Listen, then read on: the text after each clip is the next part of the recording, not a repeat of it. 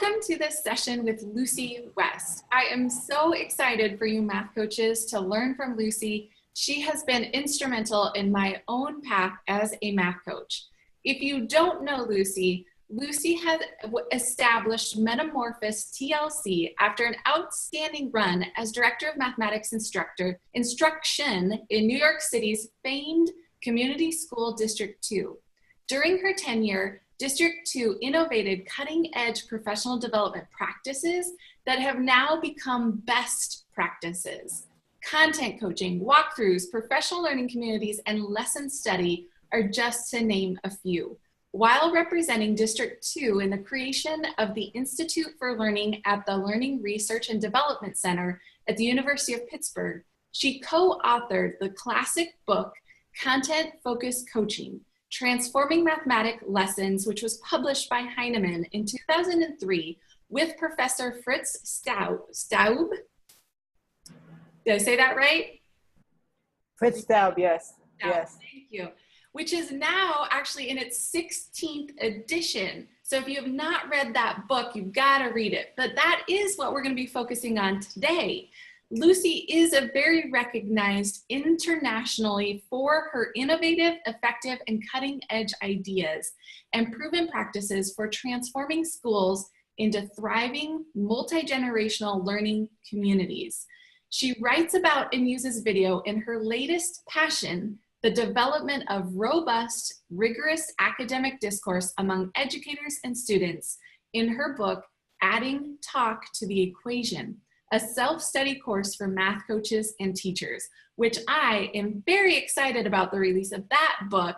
But today we are talking about her classic book, The Content-Focused Coaching. Now, Lucy, I want to start off with the line from your book that really struck me that talks about content-focused coaching is not a quick fix for bad teachers. Can you talk to us about what it is for people that aren't familiar with it? Okay, any form of coaching is generally an ongoing process. So sometimes schools want you to come in and work with a teacher that they're having problems with and maybe do 2 or 3 sessions and expect that everything's going to be wonderful after that. There's a complexity to teaching that most administrators and most teachers even don't always recognize. And when you start to think about how you help somebody become a better teacher, first of all, they need to be willing. They need to want to be coached. And so when principals assign a coach to someone who doesn't want to be coached, you already have a mountain to climb that is difficult. And if you read any of the research on coaching and stuff, you don't really want to work with people who don't want to be coached. You want to create an environment in which people who are not doing well eventually ask to be coached because their colleagues are doing so well through coaching. So it's kind of a systems approach where you look at where you have strength and you build on that strength. So for example, if you think about a long-term view, in a 3-year process in which coaches are working with teachers, say, I don't know, 10, 15 times a year, the same teachers can become what I would call lead teachers or peer coaches and start to work with colleagues in designing lessons, in co-teaching, in watching each other teach and giving each other feedback. If you start with someone who's not willing to be coached, it could take 5 to 7 years and you might not get anywhere. So that's one part of the answer. And the other part is that even if you have a willing teacher, they're going to come with their own belief systems, their own experiences, their own theories of teaching and learning. And if the teacher does not have strong content knowledge in mathematics, for example, they're not going to learn mathematics through coaching. Coaching's not the right tool for that. So you have to combine coaching with, say, courses, institutes, workshops, whatever, and then use the coaching to help people apply their new content knowledge. Second of all, if teachers think that the issue is with the students and some students are good at math and other students are not good at math, that is affecting the impact that they're having on kids. So helping teachers to really understand the beliefs they have, the content knowledge they have, what they believe the role of the teacher is, what they believe the role of the student is an ongoing process. It doesn't change in 2 or 3 sessions. A minimum of 5 sessions is necessary for people to see an observable difference in teaching. It might be the teacher's better at planning a lesson. It might be the teacher's better at launching a lesson. It might be that the teacher's using talk moves that they never used before and learning to listen to what kids have to say. So there are so many aspects to work on, and some of them are very high leverage, and some of them are not so high leverage. So just giving people more materials or better materials or a lesson planning template or a pacing guide, those kinds of things are very low leverage. A coach has to figure out what the teacher knows, what the teacher needs to learn, work with the teacher on high leverage things that can be measured, that can be seen. And the teacher and the coach have to agree that these are the things that are worth working on. So it's a long-term process. It's not short-term. And I love how, I think that too often I hear so much about the coaching now is trying to embed that content knowledge into the coaching. And it's kind of like you have to go from where they're at, right? And weave some of the pieces in as you go. But it's all this intermix of all types of knowledge about their content, how students learn, their beliefs. It is such a complex process. And the thing that I liked the most in your book, because I'm not very good at making these things, but when someone gives me a structure and a framework to work within, it helps me so much. But sometimes when you're in the thick of it, you can't really tell what that structure or framework should be. So I noticed as I went back through and reread your book, like in the first 3 pages, I think structure and framework were in the first 3 pages, like, I don't even know, probably like 30 times. You talk about it a lot in the book. So can you kind of give us a little bit of a framework of what math coaching should be like? What should it look like? Okay, so a framework is different than a structure. So the structure of content coaching is 3 parts. There's a pre-conference in which you co-plan a lesson. Then there is the co-teaching of the lesson, and then there is the reflection on and refinement of the lesson. So that is the structure of content coaching. It's a 3-part cycle. The framework is based on several things. It's based on a theory of learning, which is called the knowledge-based theory of constructivism. So if you know Piaget, you know Vygotsky, and you add Lauren Resnick, you get the knowledge-based theory of constructivism, which basically says people have to construct knowledge for themselves, that you can give them experiences and feedback and so forth, but you can't transmit knowledge from one person to another. People have to construct it. They do it well, this is Vygotsky, they do it well in a social environment. The more interaction, the more conversation, the more hands-on mucking around with things, the more we learn. That's Vygotsky. Lauren Resnick adds to the picture that you have to have something important, something big enough to chew on in order to be able to learn. So in order to have a wonderful math argument or conversation, there has to be something to argue about. There has to be something worth reasoning about. So that's part of the framework is the learning theory. The next is a theory of how people change. You want to have a theory in which you understand that generally change for people is not easy unless they decide they want to change something. And even then, any of us who've tried to stop smoking or lose weight or whatever, it's not easy to change your habits. So habits are an externalization of beliefs. So we know that in order to help somebody change, we have to unpack the beliefs that are preventing the change from happening. For example, many teachers believe that some kids are good at math and some are not so good at math. If a kid has a label, special education, ELL, whatever the labels are, they are treated differently because the human mind sees that person through that label instead of seeing who they really are. So unpacking those kinds of beliefs, and there's an interesting article, and it's called The Real Reason Why People Don't Change, and I can send you a link if you like. They notice that people often have two conflicting beliefs, and those two conflicting beliefs are holding them in the patterns they already have. So if you can help the teachers unpack a belief and see that there are two conflicting beliefs, then they start to inquire into which belief is actually truer. And can they let go of one belief and embrace the other that allows them then to move forward. Theories of change in a larger perspective, for example, culture. School cultures make all the difference in the world. So you could have a culture in which learning among adults is part of the culture. People just do it. But most schools don't have that culture. So developing a culture in which it's safe for adults to take risks and to learn publicly is part of our framework, our way of thinking, which means we have to work with the administration as well as with the teachers.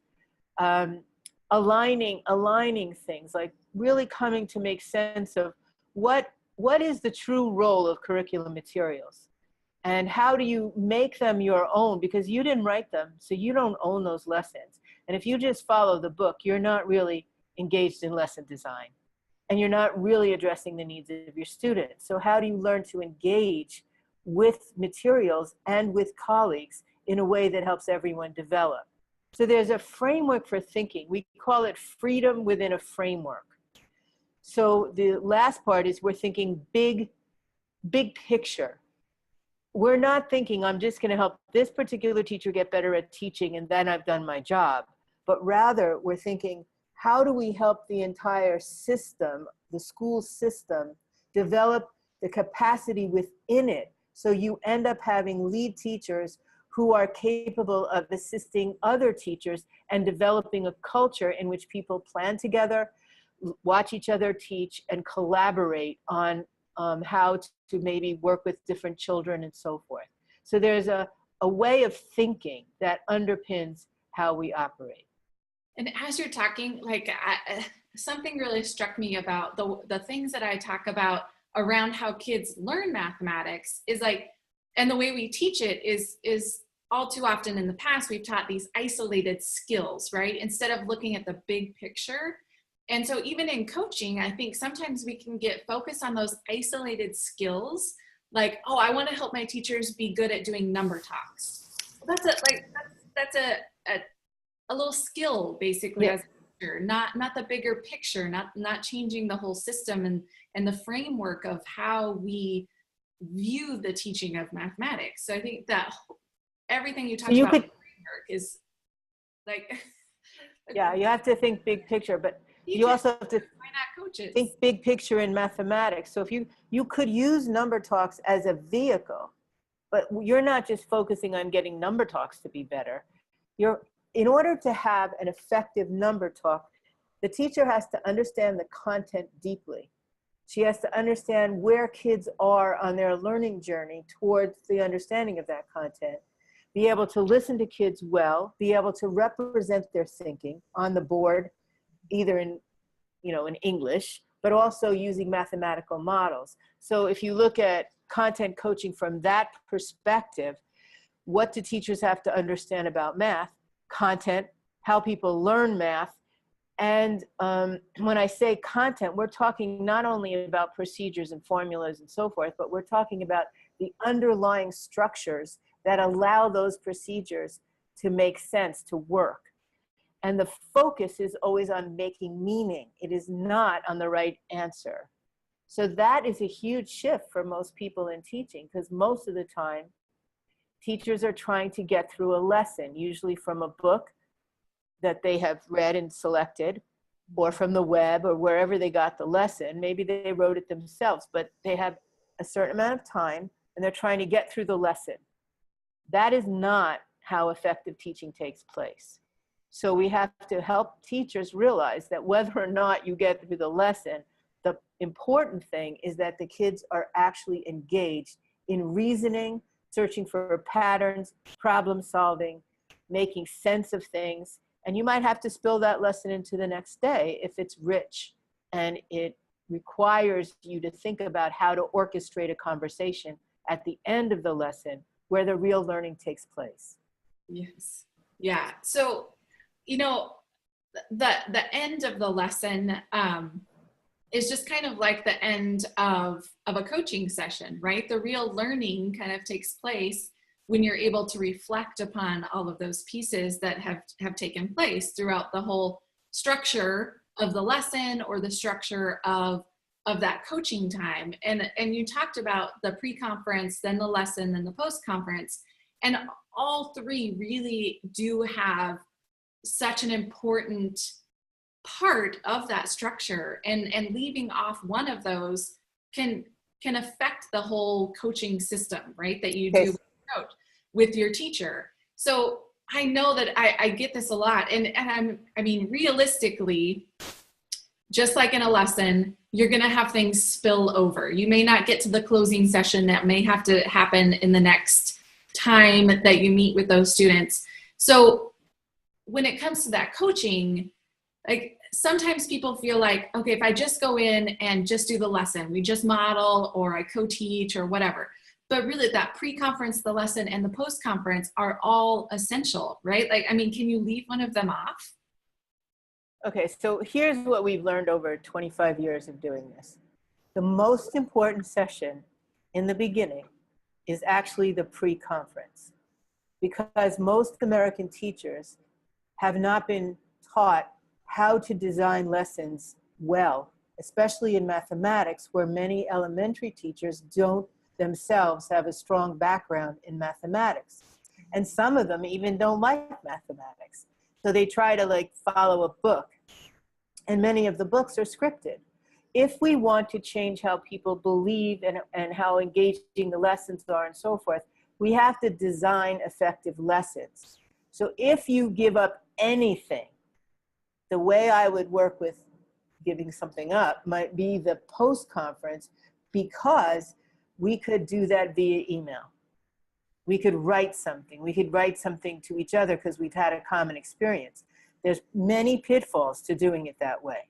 In most schools, the principal only wants you to go and observe or go in and model and then do a debrief. That is the least effective model of coaching. It is the least, it's going to have the least impact for many reasons. Number one, there's so many things to watch in a lesson when someone's modeling something that teachers haven't been trained to really know where to place their eye, what they're focused on.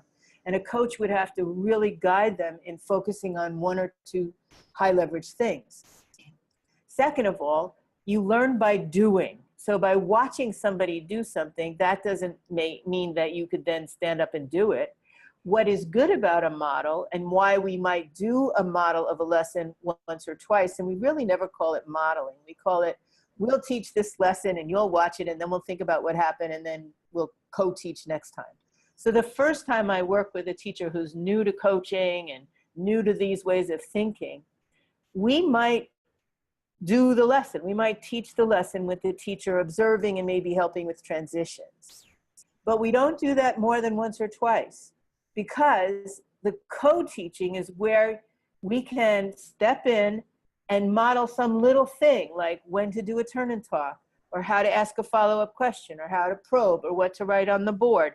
It's very specific, and it's focused on the goals that we have set together with the teacher. So now let's back up to the pre-conference. The pre-conference is the place where habits of mind begin to change. So if you want somebody to plan a lesson more effectively than they presently know how to, they have to change their thinking about how to plan a lesson. So we take them through an entire lesson. We do the math together. How many teachers do you know actually do the activity they're giving to kids before they give it to kids? If you don't do that, you have no idea what kids might do. And you have to think like a kid. And it would be best if you did it with other teachers, because 2 or 3 of you are going to do that activity or solve that problem differently.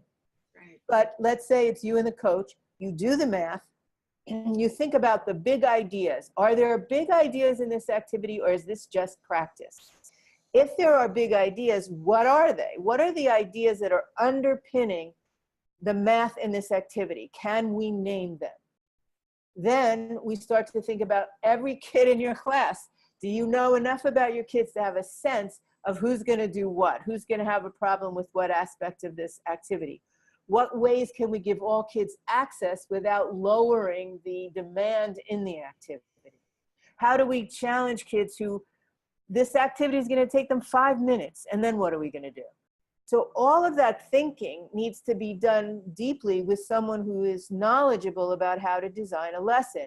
We can work with any set of materials you have. Some are easier to work with than others because they're more thoughtful, and some are more practice-based.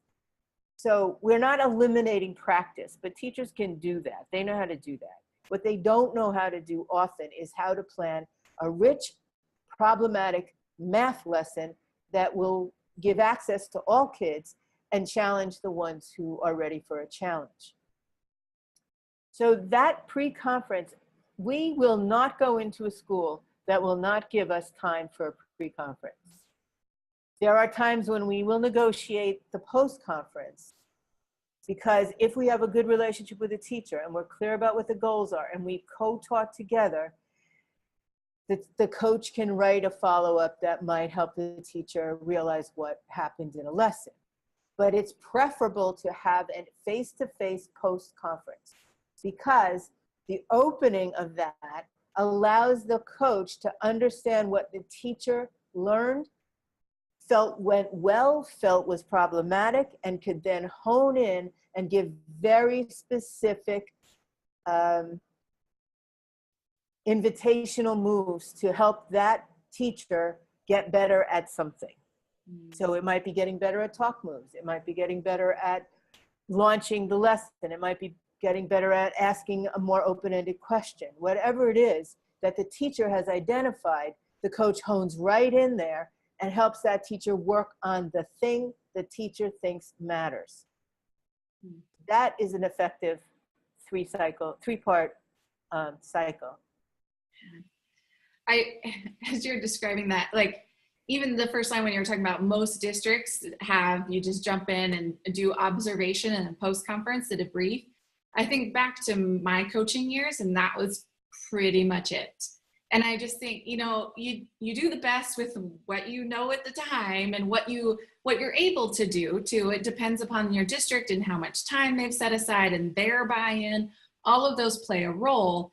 But I love that there is kind of this best practice. Like if anything, if you've got to negotiate any specific time with your principal and saying, I have to have this, it's great to know that that pre-conference and the lesson are the biggest pieces. And I mean, you mentioned each of the types of what you do during the lesson. Like I loved your explanation of what should be happening in that pre-conference, because I don't think that often happens. And I know it didn't with me.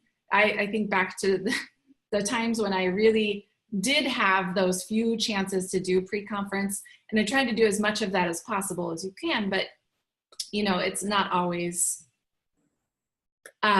especially it like I said, depends upon the district. But if anything, you've got to advocate for that pre-conference and the lesson time. But then what you do in that lesson, you kind of dropped a little bit of hints there of the types that you mentioned in your book, which are the modeling, the co-teaching, and the observing.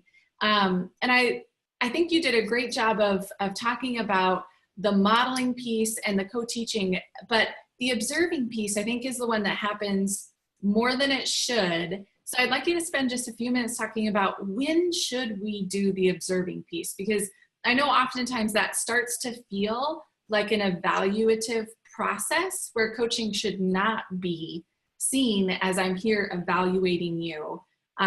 So can you talk a little bit about when to observe and have that be part of? You could observe at a teacher's request. Some teachers are not happy with co-teaching because it throws them. They get flustered at things. So you have to know that this teacher, if you jump in here or there, it's going to throw them off course. And there's not that many teachers that feel that way, but some do. If you're going to observe, it has to be something you and the teachers agreed that this is what we want to understand better. What are we doing well here, and what are we not doing that's causing the kids not to talk, or whatever it is. I want to talk a minute about evaluation. Yeah. Coaching is not formal evaluation, but in order for you to know how to work with a teacher, you have to evaluate. In other words, we don't like that word because it's so loaded. But really, how are you going to know what to work on with somebody if you don't evaluate what the heck they're doing, right? So try to get friendly with the word evaluate. You could think of it as assess if you prefer. But we talk about painting a teacher portrait in our latest book, Agents of Change, How Content Coaching Transforms Teaching and Learning, which actually I would recommend people read rather than the content-focused coaching, because it's more up to date. They're both good books, and many people are still reading content-focused coaching because it's really like their Bible. Agents of Change builds on that. But what we talk about is this idea of painting a teacher portrait, in which you have to be able to understand the teachers you work with in the kind of way that you want teachers to understand the kids they work with. So you start putting together a picture of this person. You start noticing their beliefs. You start noticing their relationships with kids. You start noticing the questions they ask. You start noticing all kinds of things about the culture in the classroom, the teacher, the things she enjoys, the things she values, and so forth, because you have to meet that person where she is. And if you're not evaluating that, how do you do that? So you're not formally evaluate anybody. However, I'm going to raise one other issue. There's a lot of hubbub about how whatever goes on between the coach and the teacher is private, and the principal should not know, and blah, blah, blah. I totally disagree with that. 100% disagree with that. Unless you have, and I'll contradict myself because I usually do, but unless you have a real adversarial relationship between teachers and principal, the principal is the supervisor of the teacher.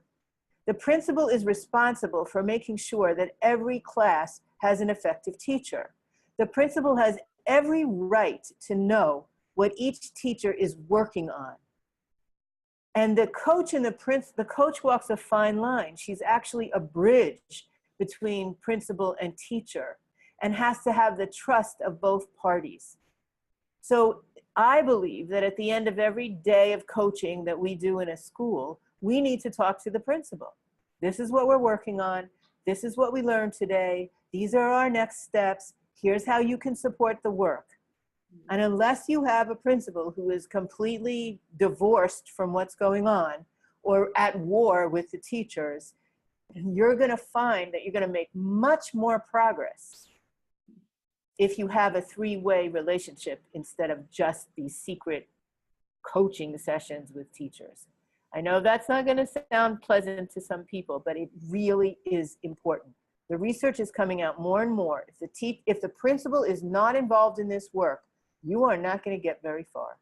Yeah, yeah, and even I mean, not only just the culture, but I mean, allowing the time and the funding and being an advocate for what's happening, and seeing the change and seeing the progress along the way, that they can help with being, you know, the person out there advocating to say, we have to keep these coaches because we see the progress that the teachers are making. Right, and the coach has to be able to influence the principal, because sometimes the principal is part of the problem. In other words, the principal may be holding teachers to an unrealistic pacing sequence, or want everybody to be on the same page every day, which is not effective teaching. So sometimes the coach needs to have crucial conversations with the principal about how whatever messages are being sent from the administration are being interpreted by the teachers that are preventing growth. This is not an easy role. To be the coach, you're operating as an influencer without authority. That's so true, right? Yeah, and you have to see yourself as equal to. In other words, if you are a coach that lives in a school, your principal has authority over you.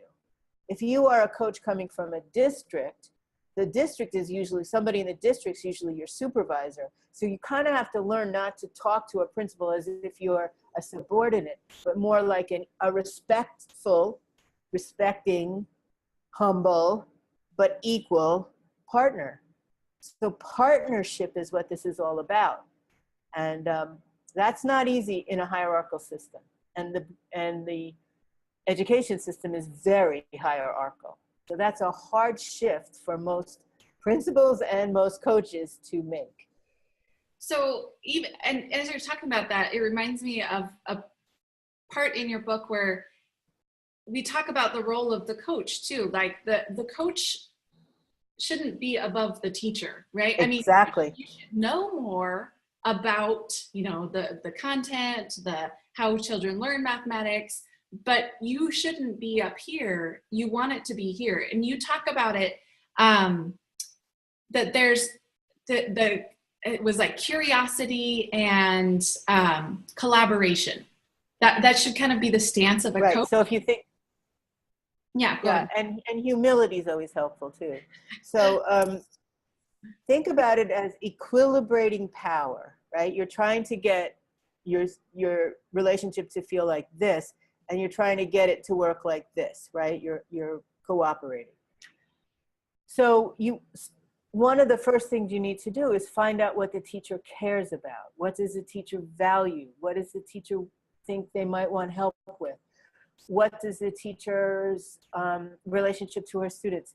In other words, the more you get to know the person you're coaching, the more you can find common ground, and the more you share where you might have some differences. Like if the teacher believes she needs to stand up and show them how to do this, and you don't think that that's the case, you just put that on the table as a possible difference. And you say, okay, let's inquire into this. Can we try it both ways? Let's try it your way and collect evidence and see what we find.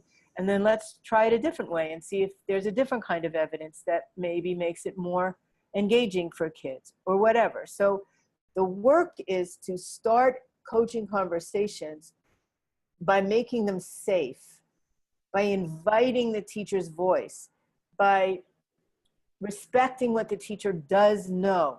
In other words, we want teachers to look at kids and see what they do know, not focus on what they don't know. So that's called a deficit model, right? If you're focusing on, oh, this kid can't do that and they can't do that, blah, blah, blah. First of all, you made your job incredibly difficult. Second of all, you have put the kid in a box where you're going to keep focusing on the negative. You want to focus on the strengths of the kid, right? Well, as a coach, you want to focus on the strengths of a teacher. And sometimes that's hard to find if the teacher and you are really on different wavelengths.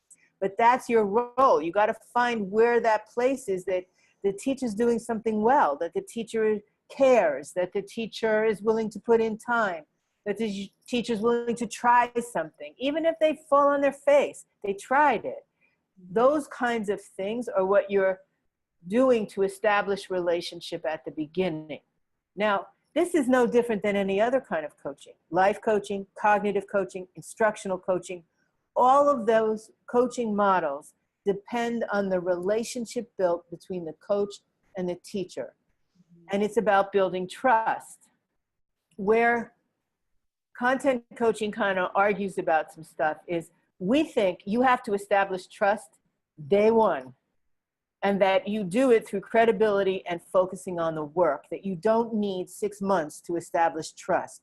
When coaches tell me, well, we're working on the relationship for a year, I'm like, something's off here.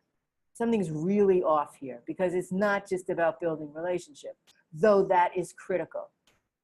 The difference between content coaching and all those other models I mentioned is cognitive coaching is a lot about building relationship, and it does it really well. Instructional coaching is a lot about pedagogy. Content coaching adds the content. So if you are an instructional coach and you know more about pedagogy, and now let's say you were hired to do literacy, and now they're asking you to do math, you're going to have a little bit of trouble here, because you may not know the math any better than the teacher does. Mm-hmm. And if you don't, you may be able to get better pedagogy going. However, it may be about trivial math things. It may not be improving the mathematics. And so we tend to suggest to districts that they have math coaches who know math and literacy coaches who know literacy. But 9 times out of 10, they don't want to do that. They don't have the funding, blah, blah, blah. So then you have to help the instructional coaches who are now trying to work in math to see, number one, to learn some math. So they probably have to get training. And number two, who in the school does know math, is teaching fairly well, and start them working with those people, because they could actually learn from those teachers how to better plan a math lesson. So if there are teachers in the school who are doing things well that you could learn from, don't start them with teachers who are not doing things well. Then how does the coach learn? You see, then you have 2 people who don't know what they're doing coaching each other. That doesn't make sense. But most schools will do the opposite. They will put them in classrooms where the teachers are not doing so well, rather than try to build connections among the teachers. So for example, the strong teacher who is actually planning a good lesson and has some pretty good pedagogy, how does the coach and that person develop a relationship? They work on planning lessons together, so the coach gets better at it. But also maybe invite another teacher into that conversation. Maybe you're working with 2 teachers or 3 teachers at one time, but using that stronger classroom as your site for doing the actual lessons, so everybody's learning. So that's what I mean by big picture thinking, long-term thinking. How are you going to move a system, not just one teacher? Mm-hmm. And what tools are you using? Are they the right tools? Are people learning math at the same time that they're getting coaching? Is the coach learning the math, if she doesn't know it, alongside the teachers? No shame in that. I'm the coach. I'm learning right alongside you. We'll both go back and practice this. I know pedagogy, like that kind of thing. Yeah. So this, as you're talking about that, in the book, you talk about the how, the what, and the why pieces. And I believe we've got a download that we're going to be sharing with people that comes from the book. And since your book release, Simon Sinek's, TED Talk about the power of why, and his book Start With Why, has really brought to the forefront the power of why you need to focus on why. And I could see even if you personally are not strong in the content, but you're good with pedagogy, being able to ask those teachers why. Why are we doing this?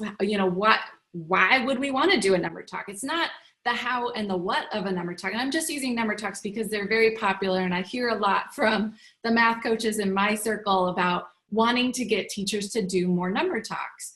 But it's not about helping the teachers understand what a number talk is or how to do it, but it's the power of why. Why should you be doing this? Why do we want kids to understand how to break apart numbers? Like all of this stuff, why always seems to be at the center. So can you chat a little bit about how that power of why can impact a coach's ability to impact change and create that culture?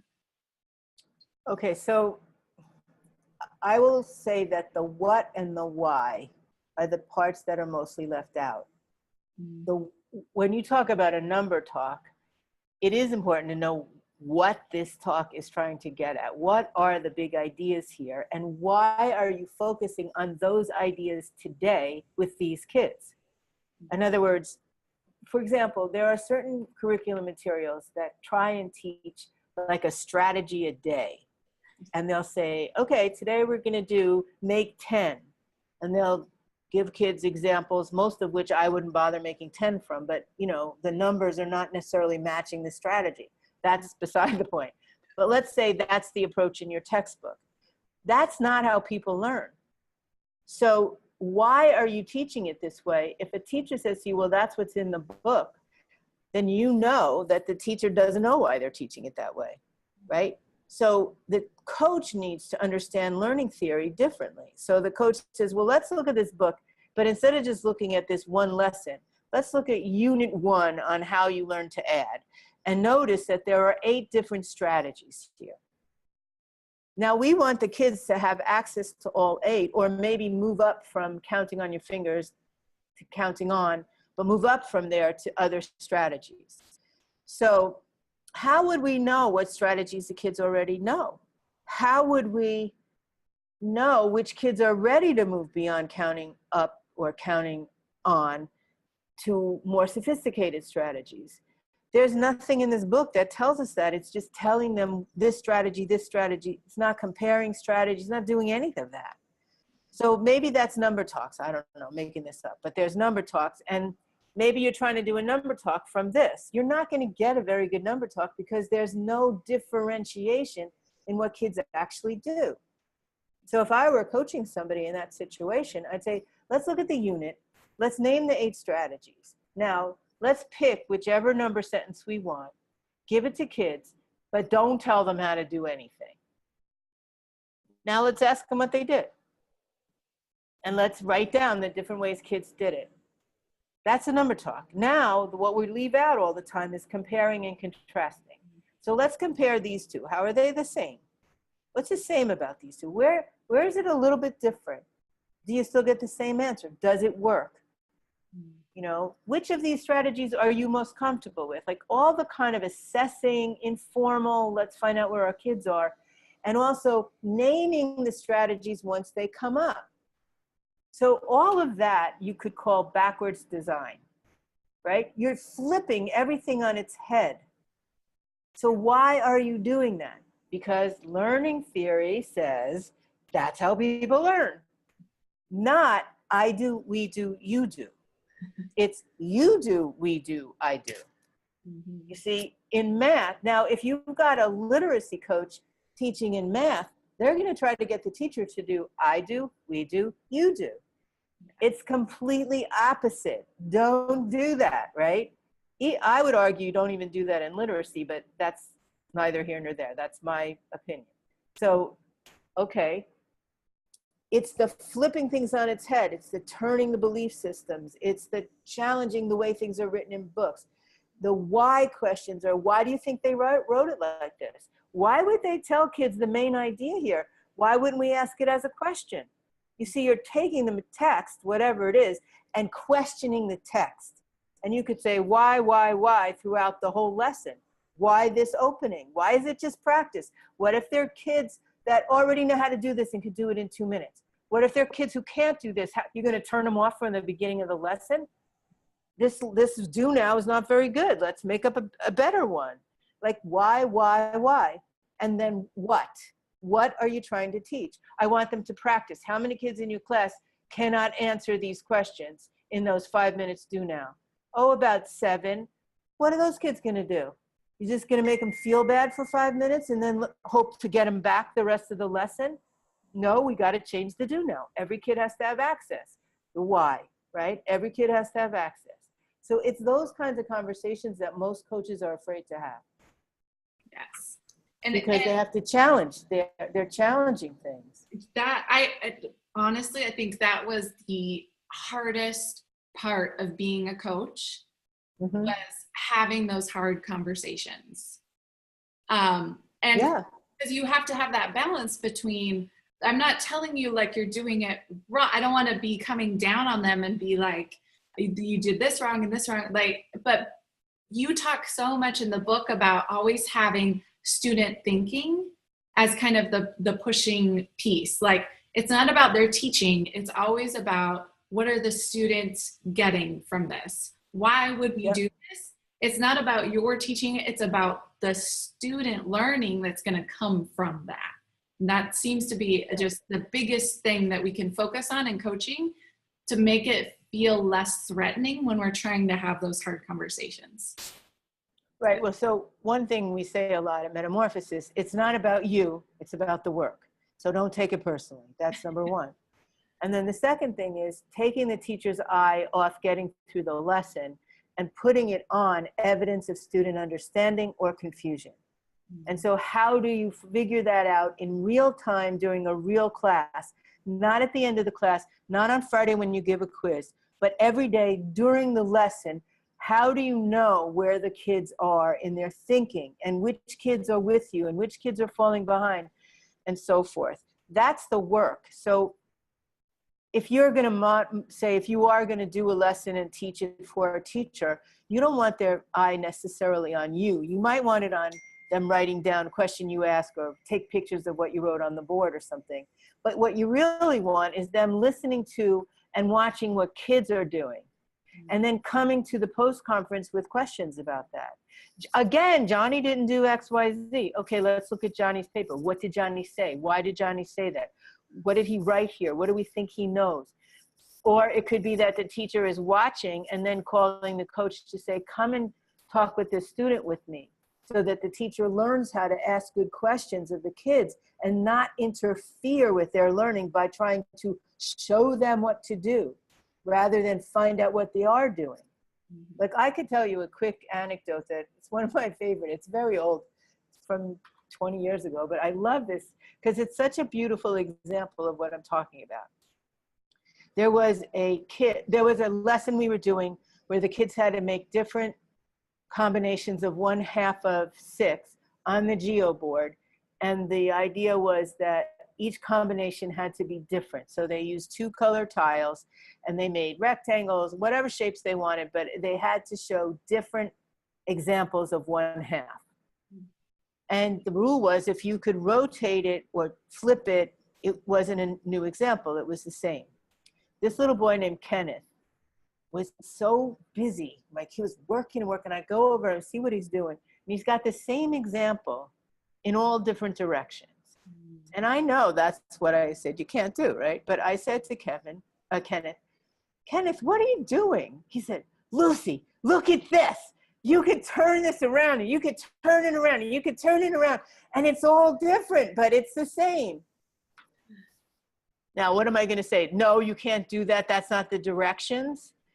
This kid was so excited, and he got this big idea that you can move shapes in space and they could remain the same. I said, great, Kevin, why don't you make a copy of that? You know, like, copy it and we'll talk about it later. It's that kind of understanding, like, don't push a kid in a direction when they're excited about something else.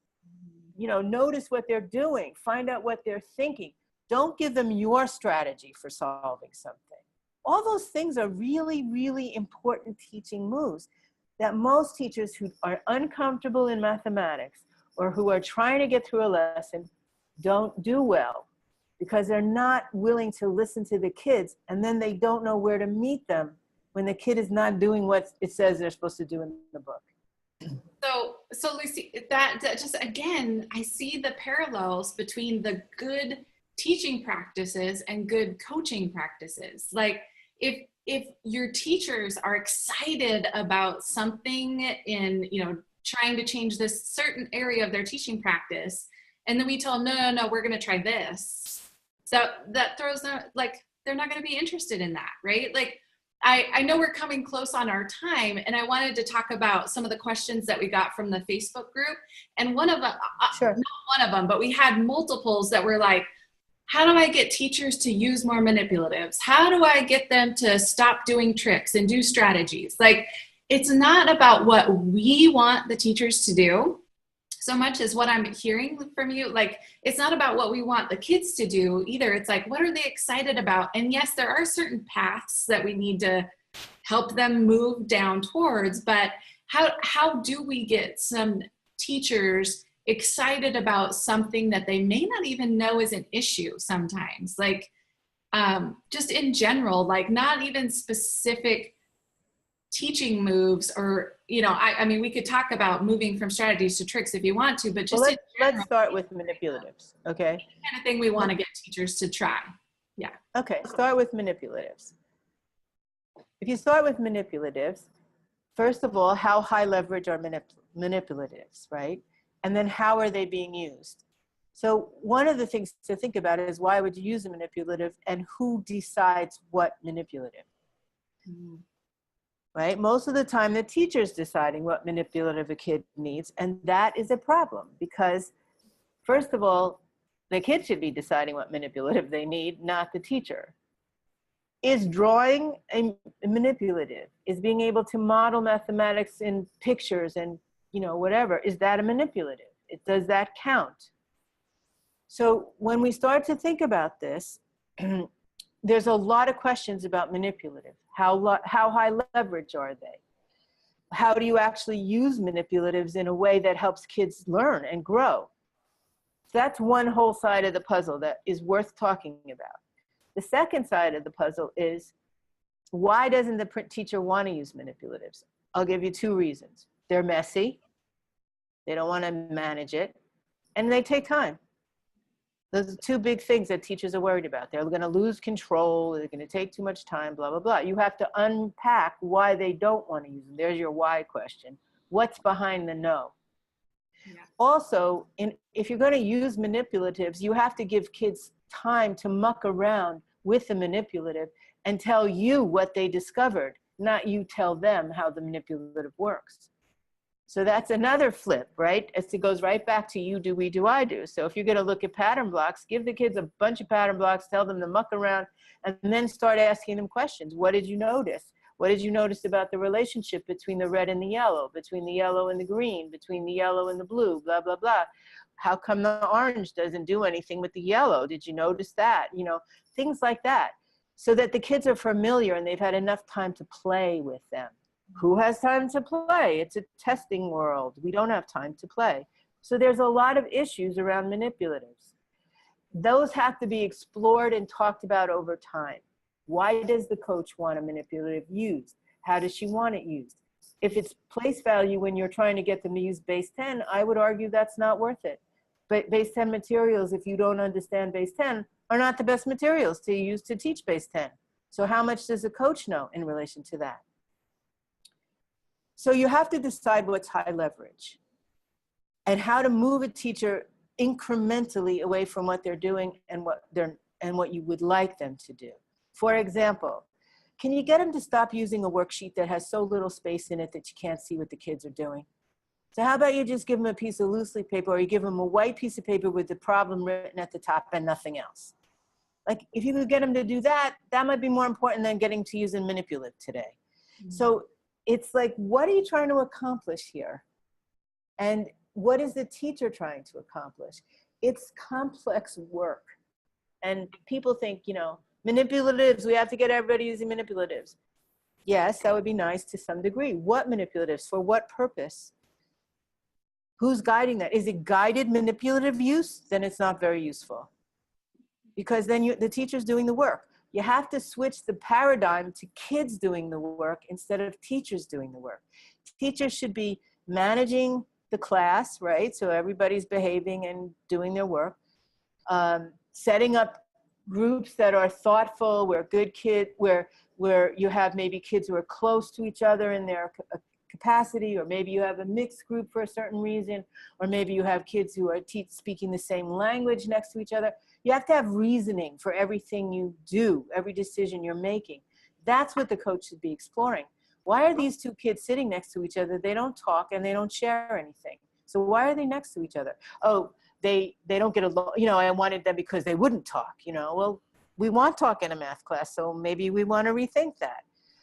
Mm-hmm. It's all a puzzle. It's like an exploration of everybody's beliefs and why they're doing things the way they're doing them. And then inviting change, inviting improvement. Is it working? Oh, the kids, they don't know what to do. I tell them to take out the base 10 and they fool around and they get them all mixed up and then I can't put them back, blah, blah, blah, right? How come that's happening that way? What haven't you done to introduce things in a way that makes them work? So it's not that simple whether they should use manipulatives or not. Right. It's not like just, I just keep coming back to the way that we teach, right? You're not going to jump straight into having kids use all these different strategies for addition. Like, they have to start out with just taking steps from where they were that will eventually get them there. So we have to think about where the teacher is, where we want them to go, why do we want them to be there, and then how do we help, you know, them along that path, basically. And the teacher has to be thinking along that with you. It's not just the coach. I don't like when coaches say, my goal for this teacher is. I don't like that. It's not your goal. It's either a mutual goal. If the teacher doesn't have the same goal you do, then you're working at cross purposes. So find a mutually powerful goal. So that leads directly into a question that we had in the Facebook group was, how do you get teacher buy-in and keep it all year? And then how do you get teachers to want to be coached? Like I thought those were kind of hand in hand together, but basically, how do we get them to want to be coached and to keep that fire? You make coaching a privilege. You make coaching for the best teachers in the school. In other words, you and the principal talk about who the people are who are closest to where you want to go. And then you start having a very wonderful relationship with those people about the work. Now, there's a lot of ways to go about doing this. Number one, you make yourself vulnerable and humble. For example, you're a literacy coach who's now becoming a math coach, right? You're not so great at math yourself.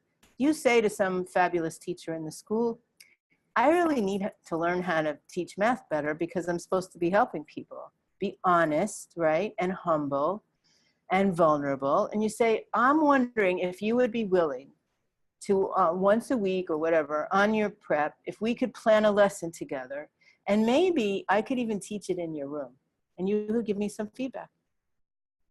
If you are a teacher who's coaching part-time, you open your door and you say, hey, I'm working on getting more talk in my classroom.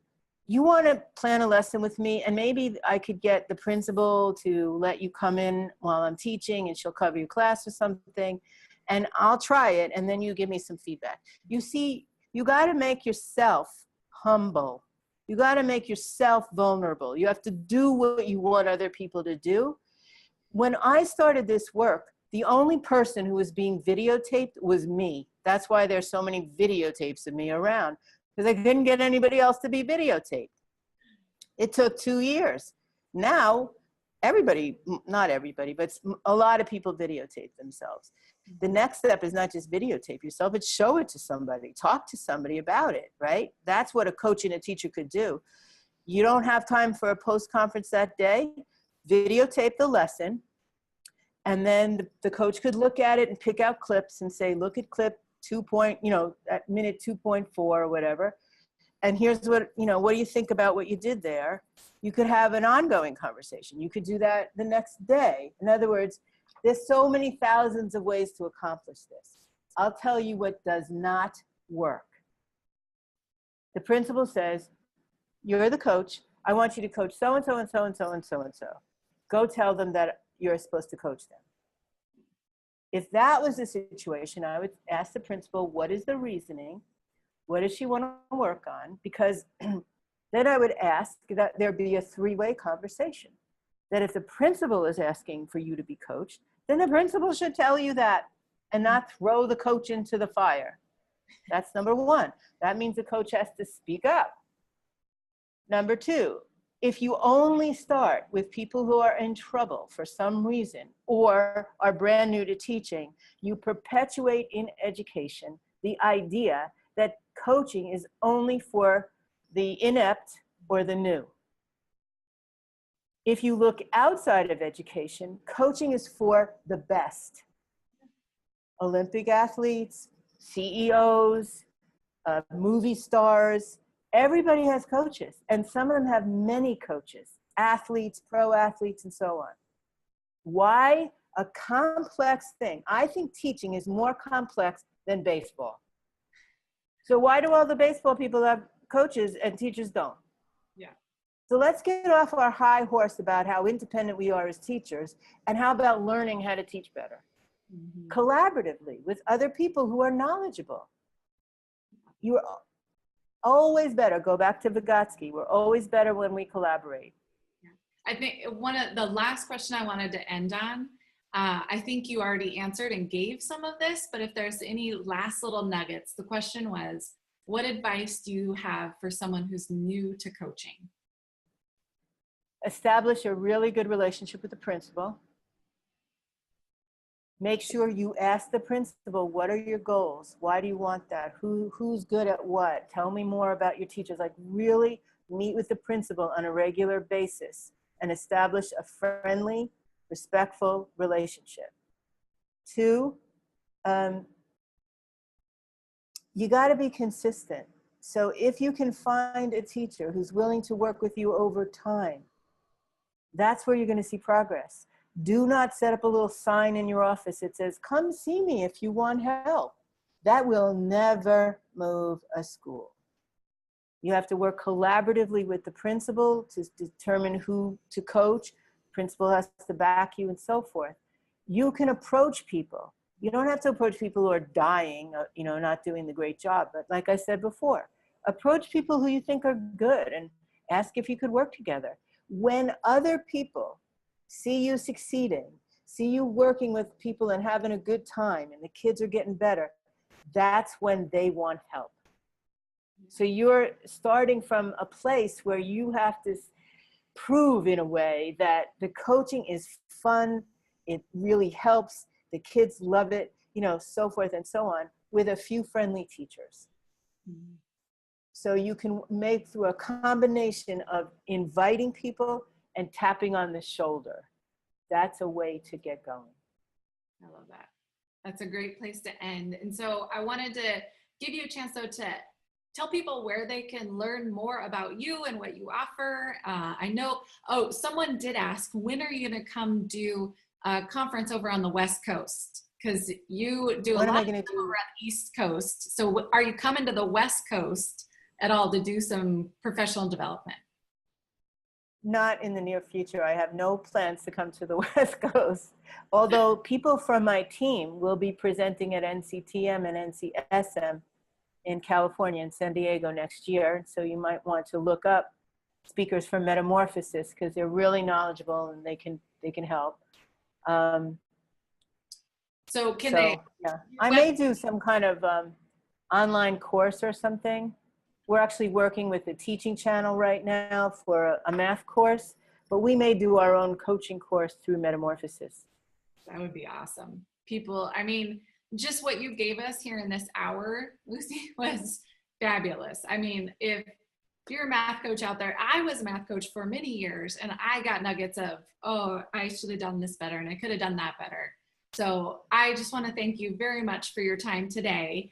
And I know that people will want to learn more from you. So we will link Lucy's website below as well, so you can get more info from her there. And up next, we do have 2 different sessions that are geared for different grade levels. We have a 3 through 5 session by Miriam Small. She's going to be talking about why teaching with open questions makes all the difference. And if you're pre-K to 2, go over and join Dan Finkel's session, Play is the Engine of Learning. And you'll find buttons below the video on this. So thank you again, Lucy. And by the way, do you have a link to my website? Yeah, we'll put it below the video. Yep. Wonderful. So, and there's plenty of free resources on the website. Awesome. Awesome. And don't forget to get the downloads that we have from Lucy that she has provided for us. Those are below the video as well. So thank you again, Lucy, very much. Have a great day and have a great Thank you. It was fun. Thank you. Bye. Bye.